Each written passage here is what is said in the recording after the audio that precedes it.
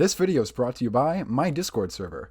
Discord server members get access to videos a day before anyone else, and it's completely free.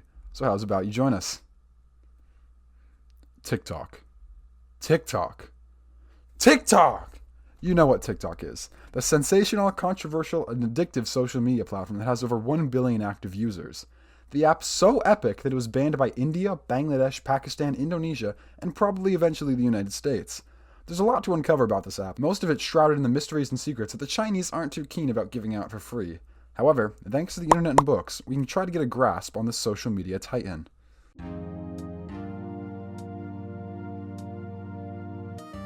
To understand anything about TikTok, you're going to have to understand their grandparents. Vine was founded in 2013 and was the absolute god of short video apps. With over 200 million active users, you could not go anywhere on the internet without seeing Vine. This platform still maintains relevance today, with nostalgia and inside jokes still prevalent on the internet, like only a spoonful, what the dog doing, and plenty more. In late 2016, Twitter, their parent company, decided, what? People making content and enjoying themselves? Sir, this is Twitter, that's not allowed. And they shut down Vine, for they say it was because of not being able to find a sustainable business model. But now, all these poor, homeless Viners have nowhere to go. Some can go to YouTube, some to Instagram, but oh lord, a whole lot of them came to Musical.ly. Musical.ly is what many believe to be the true predecessor to TikTok. The app was founded in 2014, but didn't really pop off until the shutdown of Vine. This app was popular because they're one of the only apps to license music for their creators to use freely, which in short means, hello music label, hello Musical.ly. So, we thought it would be pretty cool if we could use your music on our app. Well, we're not going to really do that for free. How about now? Sure man, go for it. Musical.ly surged in users in the summer of 2017, and in November, ByteDance bought them for $1 billion. Now, ByteDance owns two big video sharing apps, TikTok, which nobody in the West really cared about at the time, and Musical.ly. ByteDance thought, hey, let's merge them.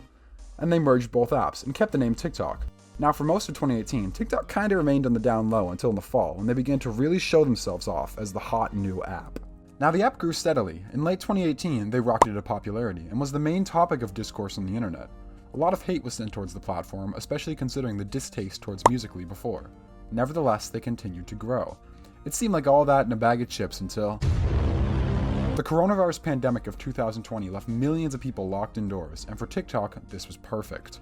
Downloads surged in the first quarter of 2020 to 315 million, and it was at this point that it had become a platform for everything. Unlike Musical.ly, where almost all the content were lip syncs, TikTok had every kind of thing you could want. Education, entertainment, activism, news, gaming. Suspiciously, the only topic you can't find is what happened in Tiananmen Square in 1989, but we'll get to that later. Unfortunately, with all this influence and this incredible user count, you can't expect everyone here to tell the truth. Misinformation is rampant on the platform. So much so that the government of India had to ask TikTok to remove users posting misinformation related to the pandemic. TikTok users are known for filming some pretty dumb stuff, like videotaping and posting illicit behaviors. But the biggest stain on this platform isn't the users, not by a long shot. It's the people, or country, that runs it.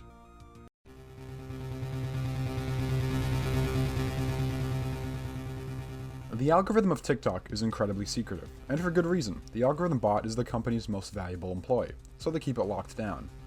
Many people don't understand how the algorithm of TikTok works, and there are plenty of ideas thrown around from people. But very recently, the Wall Street Journal published a 13-minute video explaining how they target videos to you. When you make an account, TikTok starts to shove very generic videos in your face, each with millions upon millions of views, and have been vetted and approved by moderators. The way the app finds out what your interests are is how long you ponder over a video. If you pause or rewatch a video, the algorithm tracks that. Slowly but surely, they'll give you more videos on that topic, usually in a span of less than 30 minutes. This brings you to rabbit holes, where you just get stuck in an endless pit of small, targeted videos.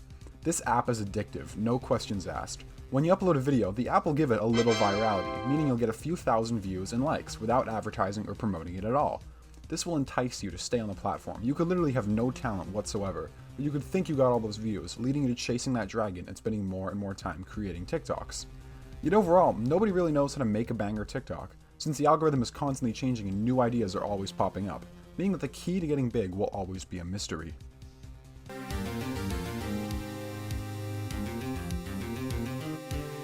Now, the elephant in the room when you think of TikTok is China. For crying out loud, if you look up ByteDance, scroll down once, boom, CCP flag. Now, this isn't ByteDance's first rodeo. They've been fined by the FTC $5.7 million by allowing users younger than 13 to sign up for Musical.ly without parental consent. TikTok has been banned in 4 countries as of right now, and on the cusp of being banned in another. Now, no country's laws are quite the same, so we'll be examining them one by one. In June 2020, India announced they'd be banning 224 Chinese apps in the nation during a time of rising tensions between the two countries.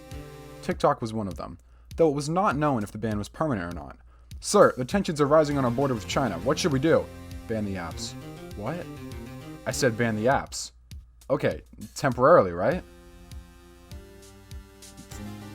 "Temporarily, right?" In January 2021, the ban was made permanent. "Wait, India banned our app?" "It appears so, sir." "Wow.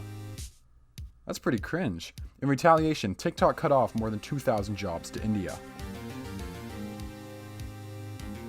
Now, in today's society, you can't get India and Pakistan to agree to anything. Apparently, however, they can both agree on their hatred of Chinese tech companies. In October 2020, they banned TikTok, citing the immoral and unethical content on the platform. Since then, they have lifted the ban, then banned it once again, then lifted it, then banned it, then lifted it, then banned it. Dude, are you okay? No. Indonesia had a very short ban. To summarize it, "Hey, this website has a lot of inappropriate content and blasphemy." Banned. Dude, calm down. Here's 20 people to make sure that stuff gets blocked. I revoke my previous statement. The same deal goes for Bangladesh. "Oh my god, blasphemy." "Okay, we'll fix it." Previous statement revoked. Now this is the one you probably know about. The year is 2020. Pandemic sweeping the globe. Donald Trump is the US president. Lots of turmoil going on in the country. And it's all being broadcast on TikTok. TikTok is a rather controversial platform in the States, especially in recent years with growing tension with China. In June 2020, Trump banned US service members from using TikTok on government-owned devices, and Mike Pompeo said he was considering a full ban on the platform itself. In July, Trump announced that TikTok would be banned in the US, but then a few days later he came back and said, "ByteDance, you got until September 15th to sell a majority in your company. If you can't pull that off, you're fired." Also, you owe the US Treasury Department a large amount of money from this deal, since the US government is basically responsible for your success. Okay? 3 days later, Trump ordered the Secretary of Commerce to prohibit any transactions with ByteDance. For some reason, he also kept pushing back the deadline all the way from September 15th to December 4th. Then TikTok went and filed a complaint and a motion for preliminary conjunction. It was granted in part and denied in part by Judge Nichols. Nichols found that the government's interest was insufficient to warrant a full-on ban of TikTok, and blocked Trump's request to fully ban TikTok on December 7th. It seemed like all the fighting had settled down until a new challenger appeared. Objection! In June 2021, President Biden revoked Trump's ban on TikTok and ordered the Secretary of Commerce to investigate the app. That's the most recent update on the US controversy. And what the Secretary of Commerce will find, we can't be sure. But we can certainly tell that TikTok has made the rounds of being a controversial app. Now in the end, what's the point? Is TikTok cringe? Well, that's a long story. Does it peddle issues like addiction, misinformation, censorship of human rights atrocities, ISIS propaganda, discrimination against LGBT people, cyberbullying, data theft, impulse buying, and short attention spans? Yes. Does it show that apps are now becoming a new front in the global geopolitical battle between nations? Oh, you betcha.